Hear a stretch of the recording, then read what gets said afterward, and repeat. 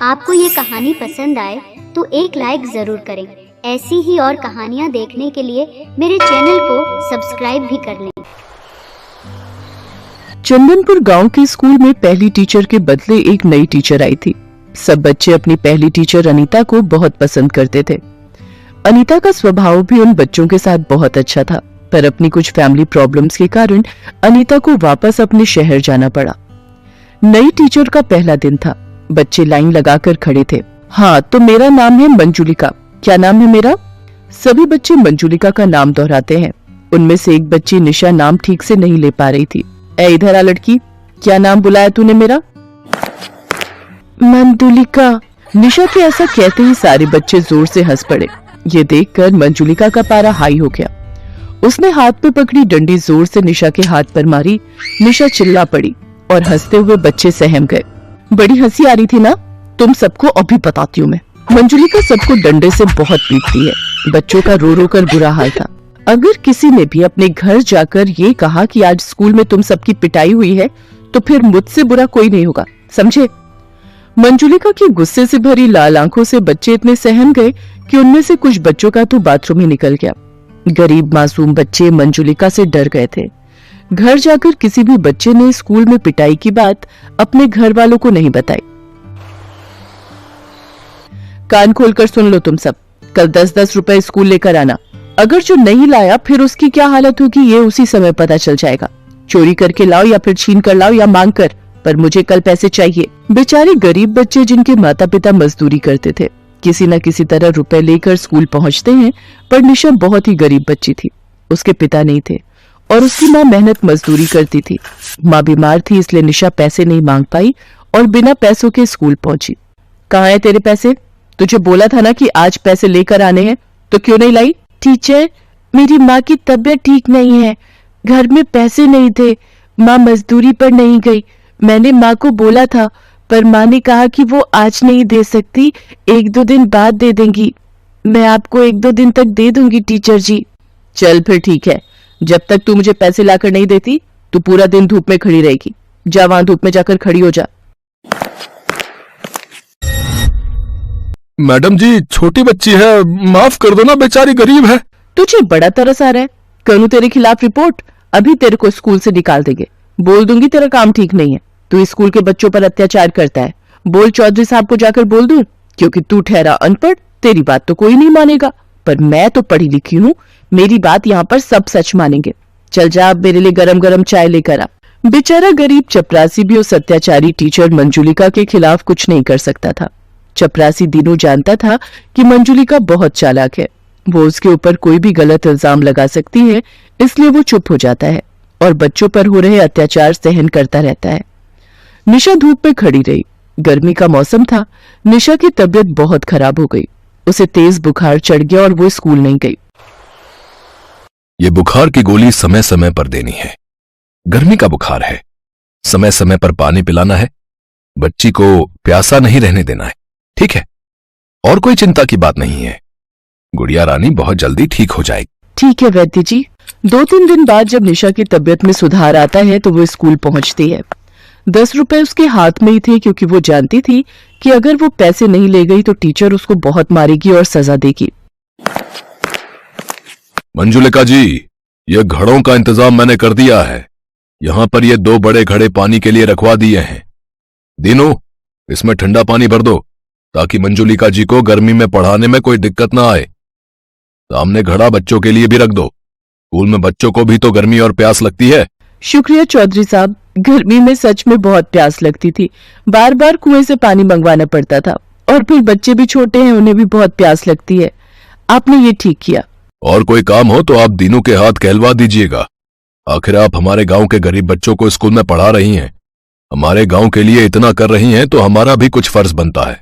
आपको हमारे गांव के गरीब बच्चों को पढ़ाने के लिए भेजा गया है। ये बहुत बड़ी बात है, पर गांव का चौधरी होने के कारण मेरा भी तो फर्ज बनता है। चौधरी साहब के जाने के बाद मंजुलिका फिर से अपने रूम में आ जाती है। टीचर जी, ये आपने जो पैसे मंगाए थे वो लाई हूँ। ठीक है, कहाँ गायब थी तू? 2-3 दिन से आई क्यों नहीं स्कूल? टीचर जी, मुझे बुखार हो गया था, इसलिए नहीं आई थी। चलो जल्दी से सारे बच्चे स्कूल की सफाई करो। कितना गंदा हो रहा है यहाँ, एक भी कूड़ा नजर नहीं आना चाहिए। चलो सब किताबें अपने बस्ते में रखो और स्कूल की सफाई के लिए शुरू हो जाओ। छोटे छोटे मासूम बच्चे हाथों में झाड़ू पोछा लिए पूरे स्कूल को साफ करने लगते हैं। जिन हाथों में किताबें होनी चाहिए उन हाथों में झाड़ू पोछा था, और ये सब अत्याचारी टीचर मंजुलिका के कारण था। मंजुलिका आराम से अपनी कुर्सी पर बैठी फल फ्रूट खा रही थी और बच्चे साफ सफाई कर रहे थे। कुछ भी कहो, चौधरी साहब के भेजे हुए आम और तरबूज हैं बड़े मीठे। ओ अरे मेरी चप्पल फिर टूट गई। इधर आओ तुम सब में से मोची किसका बाप है? टीचर जी, मेरे बापू जूते पालिश करते हैं। अच्छा, ये तो बहुत बढ़िया बात है। ये हुई ना अच्छे बच्चों वाली बात। चल अब ये मेरी चप्पल आज घर ले जाना और अपने बापू से जुड़वा लाना। हाथ आगे कर। तू भी क्या याद रखेगा कि टीचर ने तुझे तरबूज खाने के लिए दिया है। ले पकड़ टुकड़ा। टीचर, ये आपके मुंह का जूठा है, मुझे नहीं खाना। क्या कहा? नहीं खाना? जूठा खिला रही हूँ? अरे तुझ जैसे भिखारी गरीब के बच्चे को एक तो मैं दे रही हूँ, ऊपर से मुझे नखरे दिखा रहा है। अब तू पिटेगा, इतना पिटेगा कि तू हमेशा याद रखेगा। मंजुलिका ने डंडी उठाई और जोर जोर से बच्चे को पीटना शुरू कर दिया। बच्चा रोता रहा, चिल्लाता रहा, पर मंजुलिका ने उसकी दर्द भरी चीख नहीं सुनी। बच्चा दर्द से करा रहा था। गलती हो गई, छोड़ दो टीचर जी, माफ कर दो। किसी तरह चपरासी दीनू उस बच्चे को मंजुलिका से छुड़वा लेता है, पर दीनू बहुत परेशान हो चुका था। मंजुलिका ने हद पार कर दी थी। उसे समझ ही नहीं आ रहा था कि वो किस तरह से मंजुलिका की सच्चाई चौधरी और गांव के सब लोगों को बताए। बच्चे भी बहुत डरे हुए थे। और फिर एक सुबह, अरे आज दूसरे घड़े में तो पानी ही नहीं है, बहुत प्यास लग रही है। वो दूसरे घड़े में देखते हैं, शायद उसमें पानी होगा। दोनों बच्चियां दूसरे घड़े से पानी लेने के लिए जाने लगती हैं, पर जैसे निशा घड़े को हाथ लगाने लगती है, अचानक से मंजुलिका वहां आ जाती है और निशा का गला दबा देती है। टीचर जी छोड़ो मेरा गला, दुख रहा है, मेरा दम घुट रहा है। मेरे से बिना पूछे गरीब भिखारी अछूत घड़े को हाथ लगाती है, आज तेरी खैर नहीं। तभी दीनू के साथ गांव के चौधरी साहब और बाकी गांव वाले भी आ जाते हैं, जिनमें निशा की माँ भी होती है। छोड़ो उस लड़की को, छोड़ो उसे। चौधरी साहब, अब आप? अरे मैं तो। तभी निशा की माँ मंजुलिका को जोरदार थप्पड़ लगाती है। निशा अपनी माँ से लिपट कर रोने लगती है। माँ ये टीचर बहुत गंदी है, हमें बहुत मारती है माँ। मेरी बच्ची। ललन, इंस्पेक्टर साहब को फोन मिला, इस टीचर को कड़ी से कड़ी सजा होगी। माफ कर दीजिए चौधरी साहब, आइंदा ऐसा नहीं करूंगी। चौधरी साहब, कब से सोच रहा था कि इस अत्याचारी टीचर की शिकायत करूं। पता नहीं भगवान ने मुझे कहां से हिम्मत दे दी और मैंने आपको कल रात सब कुछ सच सच बता दिया। आपकी आंखों के सामने गुनहगार है चौधरी साहब। इन गरीब मासूम बच्चों पर बहुत अत्याचार हुआ है। कहते कहते दीनू रो पड़ता है। आज उसने हिम्मत की और गांव के गरीब बच्चों को एक अत्याचारी टीचर से मुक्ति दिला दी। मंजुलिका को सजा हो जाती है और उसके सारे सर्टिफिकेट छीन लिए जाते हैं। उसके क्रूर और अत्याचारी स्वभाव के कारण आज उससे एक टीचर का पद छिन जाता है। सबके आग्रह करने पर फिर से बच्चों की प्रिय टीचर अनीता को वापस बुला लिया जाता है। अनीता भी जब बच्चों के साथ हुए अत्याचार के बारे में सुनती है तो उसकी भी आंखें भर आती हैं। मासूम बच्चे बहुत खुश थे क्योंकि उन्हें अपनी प्यारी टीचर फिर से मिल गई थी। रामलाल अमन कुमार के घर नौकरी करता था। अमन कुमार का बेटा सौरभ एक बड़े स्कूल में पढ़ता था, जबकि रामलाल का बेटा दीपक एक सरकारी स्कूल में पढ़ता था। सौरभ और दीपक दोनों ही पढ़ने में होशियार थे और अपने अपने स्कूल के अच्छे बच्चों में उनका नाम था। देखो पापा, मेरा रिपोर्ट कार्ड मिल गया, मैं क्लास में फर्स्ट आया हूँ। अरे वाह सौरभ, मुझे पता था मेरा बेटा इस बार भी क्लास में फर्स्ट आएगा। अरे रामलाल, दीपक भी तो अपनी क्लास में फर्स्ट आया है ना? अभी कुछ देर पहले ही वो भी अपना रिपोर्ट कार्ड दिखा रहा था। जी साहब, वो भी अपनी कक्षा में अव्वल आया है। पापा, सरकारी स्कूल में पढ़कर तो कोई भी फर्स्ट आ जाता है, वहाँ की पढ़ाई तो बहुत आसान है। दीपक ने कोई बड़ा काम नहीं किया, एक छोटे से स्कूल में फर्स्ट आकर।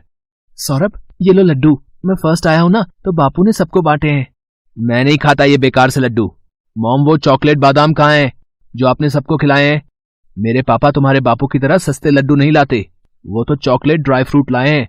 और ज्यादा इतराने की जरूरत नहीं है, तुम हमारे नौकर के बेटे हो, जितनी मर्जी कोशिश कर ले तो मेरी बराबरी नहीं कर सकता।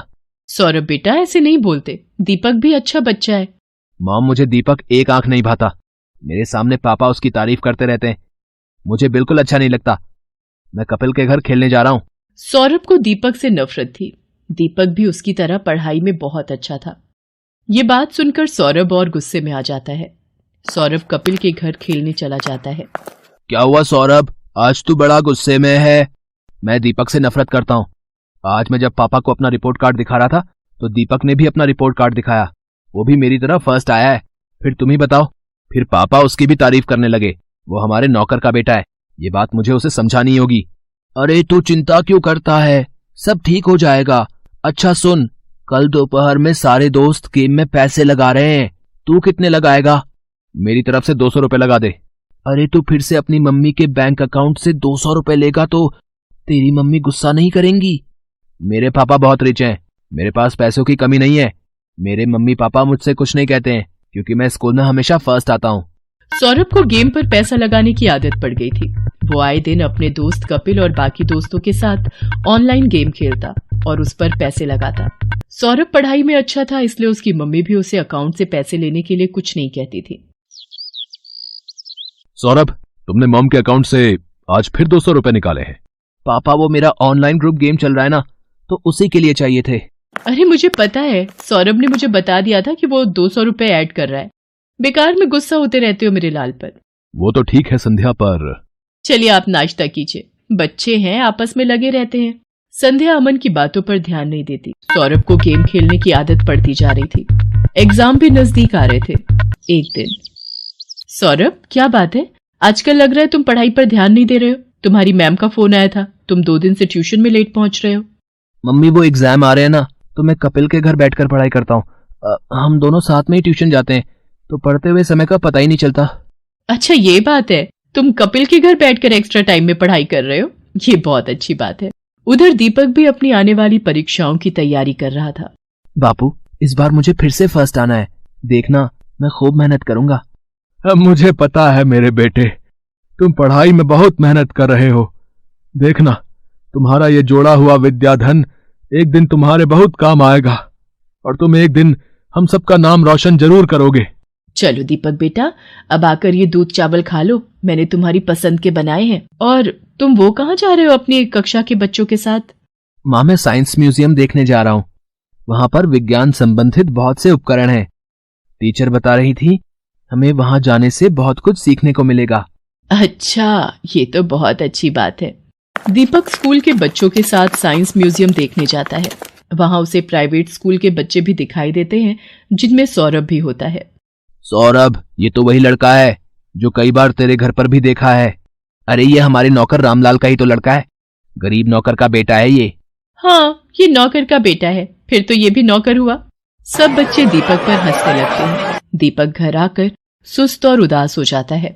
बापू, सब बच्चे मुझे नौकर का बेटा कहकर चिढ़ा रहे थे, सब बच्चे मेरे ऊपर हंस रहे थे। अरे मेरे बच्चे, तू इतनी सी बात पर बुरा मान गया। मैं तुझे तभी तो पढ़ा लिखा कर बढ़ा रहा हूँ ताकि तू पढ़ लिख कर बड़ा आदमी बन सके और पैसे कमा सके। रामलाल की बातों को सुनकर दीपक में हिम्मत आ जाती है और वो खुश हो जाता है और खूब मन लगाकर पढ़ाई करने लगता है। अगले दिन दीपक स्कूल जाता है तो उसकी टीचर उसे कक्षा में पूरे साल अच्छा करने के लिए पुरस्कार देती है। दीपक ने पूरे साल बहुत मेहनत करके अव्वल स्थान पाया है, इसलिए दीपक को स्कूल की तरफ से कक्षा में best student of the year का अवार्ड दिया जा रहा है। और मैं जानती हूँ कि फाइनल एग्जाम जो आने वाले हैं, दीपक उसमें भी फर्स्ट क्लास पास होने की पूरी कोशिश में लगा होगा। Thank you ma'am. सब बच्चे तालियां बजाकर दीपक की प्रशंसा करते हैं। घर आकर दीपक अपने बापू और माँ को सारी बात बताता है। अरे वाह, ये तो बहुत सुंदर पुरस्कार है। जीते रहो मेरे बच्चे। बापू, मैं ये पुरस्कार अमन अंकल को दिखाकर उनका आशीर्वाद लेना चाहता हूँ। ठीक है बेटा, चल तू उनका भी आशीर्वाद ले ले। संध्या, तुम्हारे बैंक अकाउंट से 1 लाख रुपए निकल गए और तुम्हें पता तक नहीं। मैं भला इतने पैसे एक साथ कहाँ खर्च करूंगी, मुझे भी कुछ समझ नहीं आ रहा ये सब कैसे हो गया। रुको, मैंने बैंक से सारी डिटेल निकलवाई है, बैंक की तरफ से ही फोन है। अमन बैंक वालों से फोन पर बात करने लगता है। रामलाल और दीपक भी वहीं खड़े थे। हो गया सत्यानाश। और दो लाडले को मोबाइल फोन। तुम्हारे बेटे ने बेवकूफी में 1 लाख रुपए न जाने किसी ऑनलाइन गेम में लगा दिए। अब भुगतो। और है कहाँ ये सौरभ? वो तो अपने दोस्त कपिल के साथ ट्यूशन गया है। मेरे फोन पर सौरभ के ट्यूशन से फोन। जी, मैं सौरभ की मम्मी बोल रही हूँ। क्या सौरभ ट्यूशन नहीं आ रहा? पर जी ठीक है। सौरभ पिछले 1 हफ्ते से ट्यूशन नहीं जा रहा। तभी सौरभ आ जाता है। क्यों सौरभ, ट्यूशन से आ गए? जी पापा। अब तुम झूठ भी बोलने लगे हो। तुमने 1 लाख रुपए किसी ऑनलाइन गेम में लगा दिए और 1 हफ्ते से ट्यूशन भी नहीं जा रहे हो। 2 दिन बाद तुम्हारे फाइनल पेपर हैं।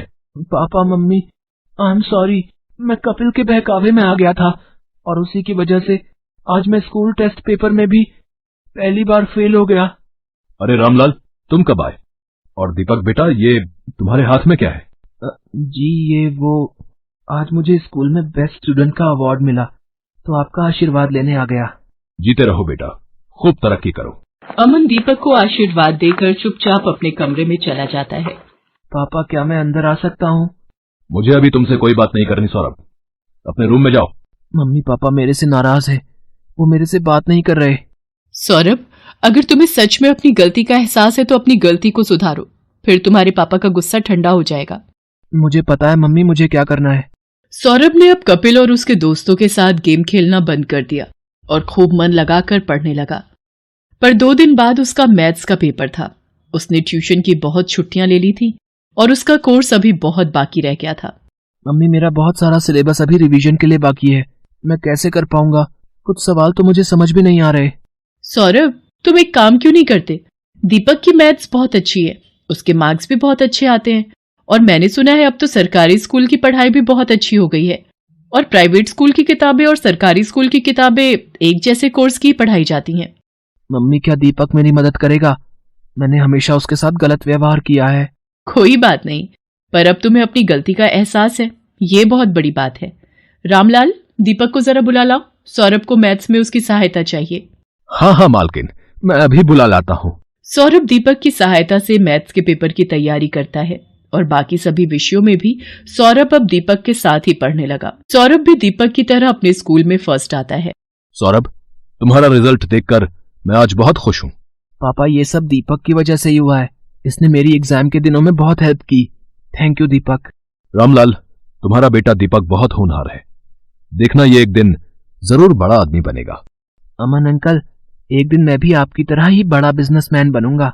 दीपक की बातों को सुनकर रामलाल की आंखों में खुशी के आंसू आ जाते हैं और वो दीपक को गले से लगा लेता है।